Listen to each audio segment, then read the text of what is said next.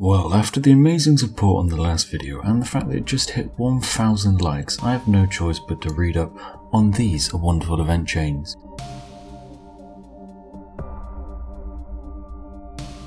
Discovering the Cybrex is quite an interesting event as you discover them through artifacts that have existed for 600,000 years. Now, details are not given as to what the Cybrex are at this point, apart from the fact that they are a group of machines all linked by a shared consciousness. After reading one of the artifacts, you get to discover that these wonderful machines decide to launch a crusade against life itself in the galaxy. Well, don't they just sound pleasant?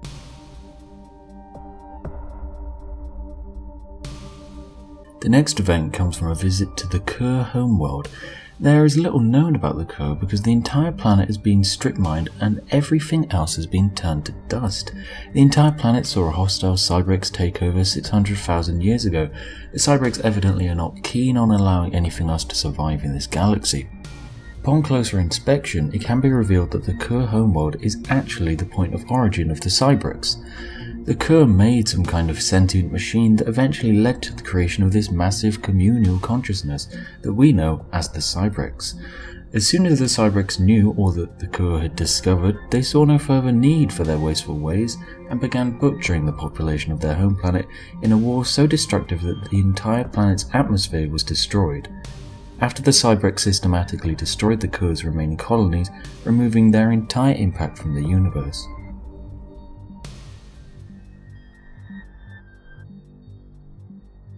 One of the most distressing stories of the Cybrex expansion is that of its encounter with the Indimak.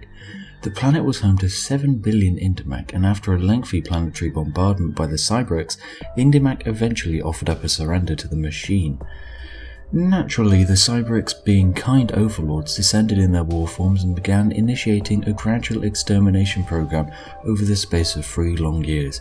Along with the death of 7 billion Indimak, the invasion saw the destruction of 97% of the planet's biological matter. When we arrive 600,000 years later, the planet's nature has started to reclaim what was left, with plants now engulfing the collapsed ruins of Cybrex factories.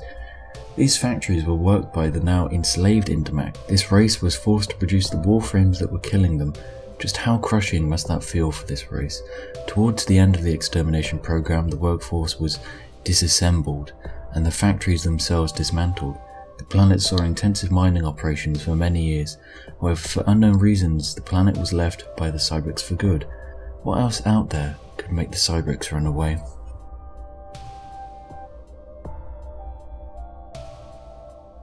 Around the orbit of this planet is 2 Cybrex Warforms that have all the signs of being destroyed in battle. With no other debris around, it is logical to think that these Cybrex Warforms were vastly outmatched. Could this be the reason why the Cybrex left the planet early on? Whilst that seems like the case, it is not. In-depth study of the wreckage will reveal that they were most likely fighting each other. Why the 2 vessels would fight each other, considering they were of the same collective consciousness, sounds very confusing. This would seem almost impossible.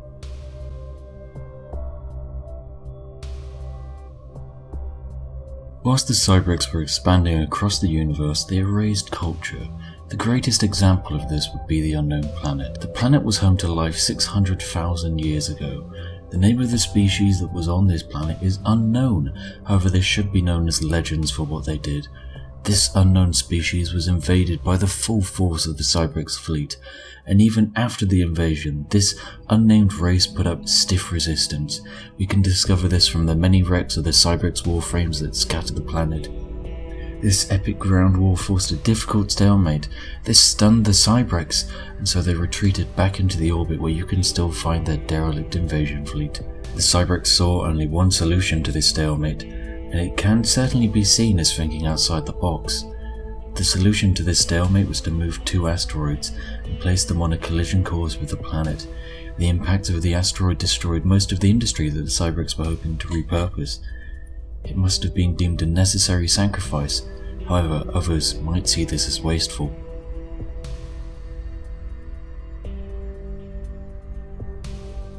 Elsewhere in the galaxy we can find a Cybrex core world that has been developed.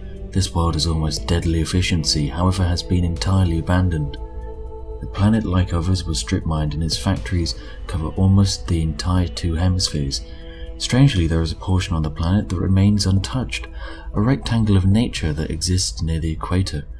We learned that the Cybrex closely monitored the reservation and allowed the life there to exist undisturbed, a rather strange change in the mindset of this empire that once decided to rid the galaxy of all life. However, after the species on the reservation began a civil war against one another, leaving the population depleted, the Cybrex suddenly pulled out from the planet. The remaining life forms on the planet died out of their own accord many, many years ago.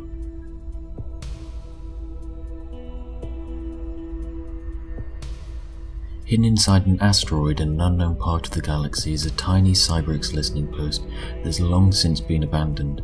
The listening post was used by the Cybrex to monitor and spy on space traffic. Naturally, when the Cybrex disappeared, this place was left to look after itself. It appears that the administrative AI in charge of the station left it operating for 50,000 years after it was abandoned. During this time, the AI slowly went more and more strange. It made over 5 trillion attempts to contact home, and after that, it somehow managed to commit suicide. Rather impressive for a machine, I must say.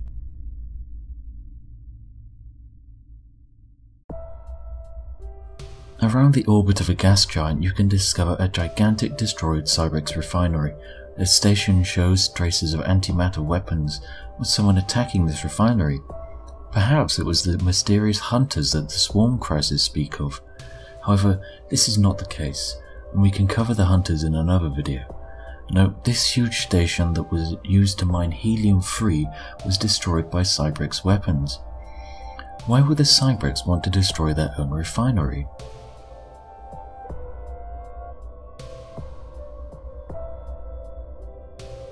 Around the orbit of one planet, the debris of a colossal space battle can be found. The battle appears to have had 5 participants, with the majority of the debris coming from the other unknown fleets. It is later learned that the 4 alien fleets were all working together and formed an unholy alliance of sorts, where they pulled their fleets together in one last-ditch attempt to stop the Cybrex destructive advances. The fear that the Cybrex caused around the galaxy will leave only hatred for millennia to come.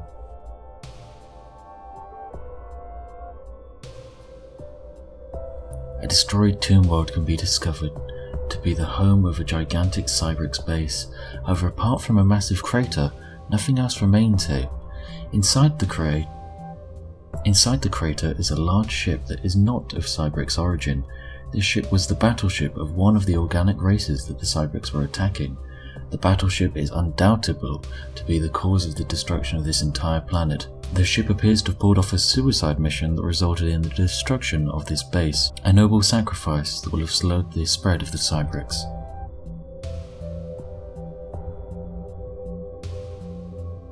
A lonely ice planet can be located in a dark part of the galaxy. The planet is the resting place of thousands of aliens that have all been frozen for 600,000 years. These aliens were of course killed by the Cybrex. However, curiously, they were killed by vacuum exposure. This is a rather experimental way to deal with enemy forces. However, these aliens were not the enemy. Each of the aliens had a lasered bar tag on them, meaning they were prisoners here. As prisoners, they might have been killed after the interrogation was finished, or killed in an escape attempt. The exact reason why, we can never know.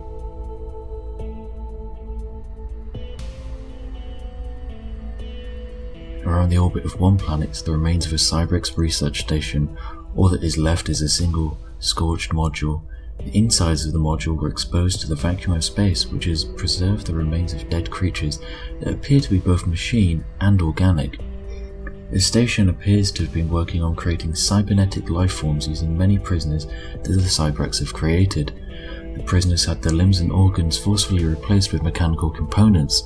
The aim of these tests and abominations is unclear, as there is no evidence of the Cybrex using cybernetic units outside of this lab.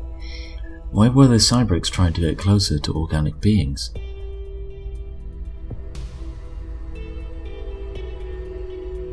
Before we take a visit to the Cybrex home system, I think it's best we ask some questions.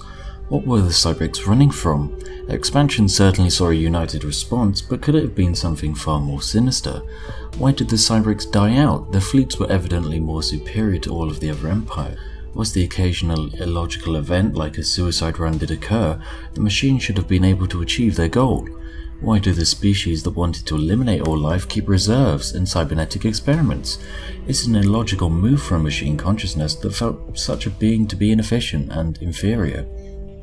Why did the Cybrex destroy themselves? Those two warforms that fired upon each other make no sense at all. It's like the right side of your body having a fight with the left side. Oh well, I'm sure we can answer all of these questions with these next few events.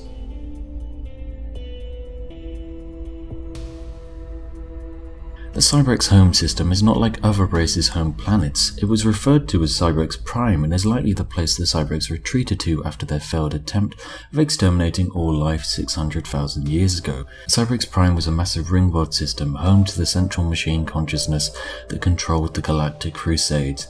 The Cybrex appeared to have changed their mind about eliminating all life around the 17th year of their crusade. This change in aim could have been caused by a shift in ideology to one that appreciates life, or just the fact that the losses on the battlefield were too much for them. Sadly, we can never know for sure. So in the 17th year, the Cybrex withdrew from the rest of the galaxy, making sure to leave almost nothing behind. They built this ring world to house their entire civilization. They then isolated themselves for many millennia, making no interaction with the rest of the galaxy. However, an independent explorer discovered the system and its gigantic ringworld by accident.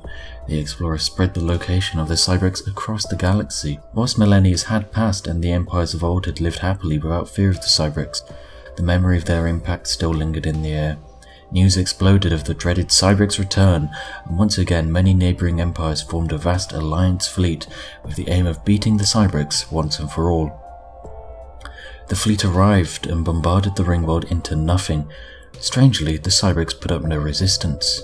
Perhaps, after all this time, the Cybrex were finally content. The Cybrex is a story of evolution and enlightenment, a new futuristic race born from the fire of the Kuur. Their early years of existence saw only war and pain, an initial struggle in which the machines saw themselves become the very thing they despised so much. It was only then that they saw the error of their ways and left to maintain a peaceful life. Did they deserve the end they received? Perhaps, perhaps not. However, we can be certain that they no longer wanted to exist. So that concludes today's lore insight of Stellaris, where I investigated the Cybrex for 2 days and wrote this script. The reason I chose to do Cybrex was because of the wonderful comments and requests you left on the last video, so make sure to do the same if you want to see some more Stellaris lore videos.